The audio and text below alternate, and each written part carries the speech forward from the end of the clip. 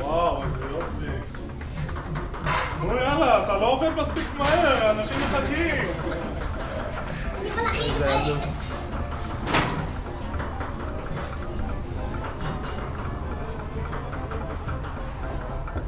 הנה, אני העוזר שלו.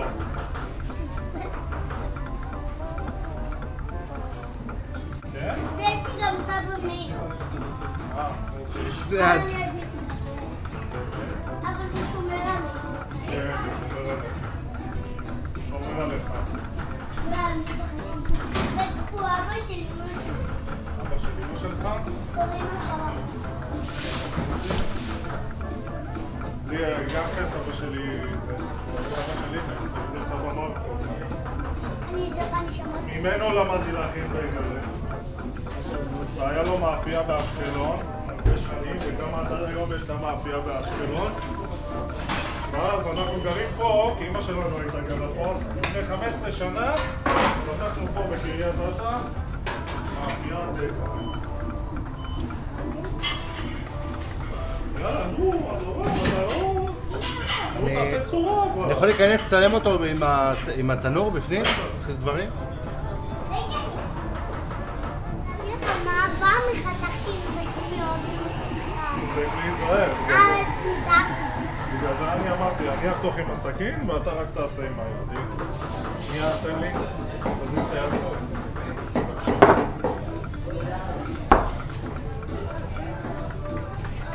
יש הרבה בייגלים. יש הרבה בייגלה להכין, הבייגלה שלך כבר בתנור. אהלן. איתי! רוצה קפה אדורן?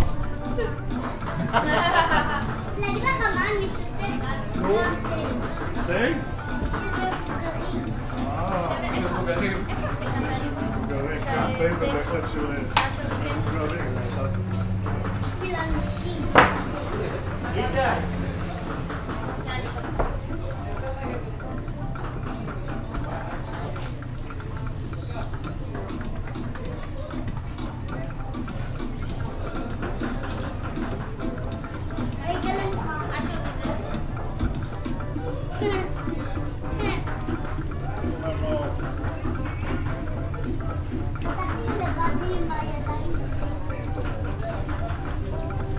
אבא, תראה איזה יופי הוא עושה. וואו, בוא נצלם אותו, איך הוא עושה. וואו. כל הכבוד, אדורם. גם בגן שלנו עושים, אני עושה בבייגלה. כן, אתה תגיד להם למדתי בבייגלה. אני עבדתי בבייגלה. ואני אגיד שאני מכין בייגלה. שאני חצי של בייגלה. מה השם שלך? שלי, אשר. אשם פאפה. אשם שם. מחכים לאכול בייגלה, נכון? רק שני עובדים יכולים לעשות את זה. בעצם זה די מקצוע שנכחד מהעולם. על להפות בייגלה מאפס. לא, דווקא לא. לא, בייגלה כמו שאתה... זה הבייגלה הזה, זה... אני אגיד לך... סוג של אומנות. כן, זה האולד סקול, כן, זה מקצוע שעובר מסבא לבן. אותו דבר כמו פעם, זה באופן עקרוני אותו דבר כמו פעם. כמו שאתה רואה, זה מערכת מאוד גדול להכין. זאת אומרת, התנור עצמו, המקום, הידע, זה עתיר ידע. אבל יש מקומות כאלה בעולם, יש מלא. כן, אבל זה לא... תראה, אצלנו זה פחות נפוץ, בארץ שלנו זה פחות נפוץ, אבל כך לדוגמה בקנדה, בארצות הברית יש מלא מאפיות בגלל. אוקיי. מלא מאפיות בגלל, וגם כן, אתה יודע, הנדמייד כזה, אולד סקול, וזה מלא, לא רק על זה, אוקיי. אלא. מעניין מאוד. בקנדה יש מלא מאפיות בגלל, בקנדה זה להיט היסטרי, כל הקטע של מאפיות בגלל. בשלוש בבוקר, קם בשלוש בבוקר, אתה יודע, מרים בציקים, וזה עבודה לא קלה בכלל, זאת אומרת, זה... כן. אני יכול להגיד לך שבאמת, עם יד על הלב. כל יום אני בא בבוקר, ובשבילי, אתה יודע, לפעמים אני עובד להגיד לזה כאילו פעם ראשונה. תענוג. כיף לשמוע שזה... הנה, הבגל שלך עוד מוכן. כשאנשים עובדים במה שהם אוהבים, רואים את זה.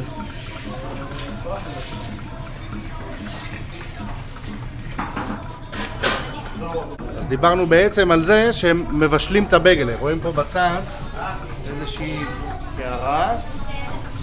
סירי מים בקרמל. אני לא יודע את הגודל. אוקיי. סירי מים בקרמל, מה שהוא נותן לו, הוא נותן לו גם את הצבע החום-הקה שלו. אוקיי. מצד אחד, מצד שני, הוא נותן לו תפיחה מהירה. מעבר לזה, גם בגלה נקרא גם לחם דרך. אם אתה לוקח בגלה, שם אותו בחוץ, שבוע, שבועיים, לא קורה לו כלום, הוא לא תופס לא, עובש שום דבר?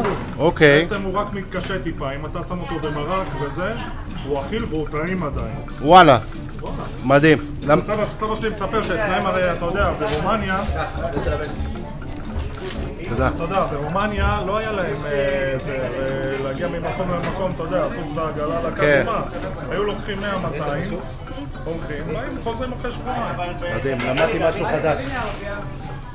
הנה, שם על חפור. הנה, זה אתה הכנת, דורם. רגע. זה הבייגלה שלך. אני, זה שלי.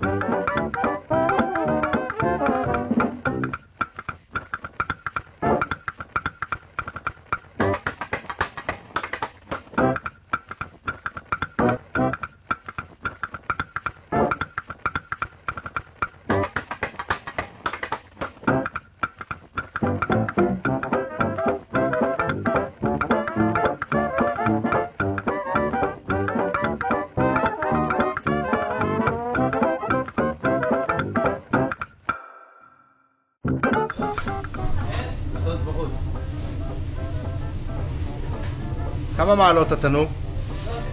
לא 300.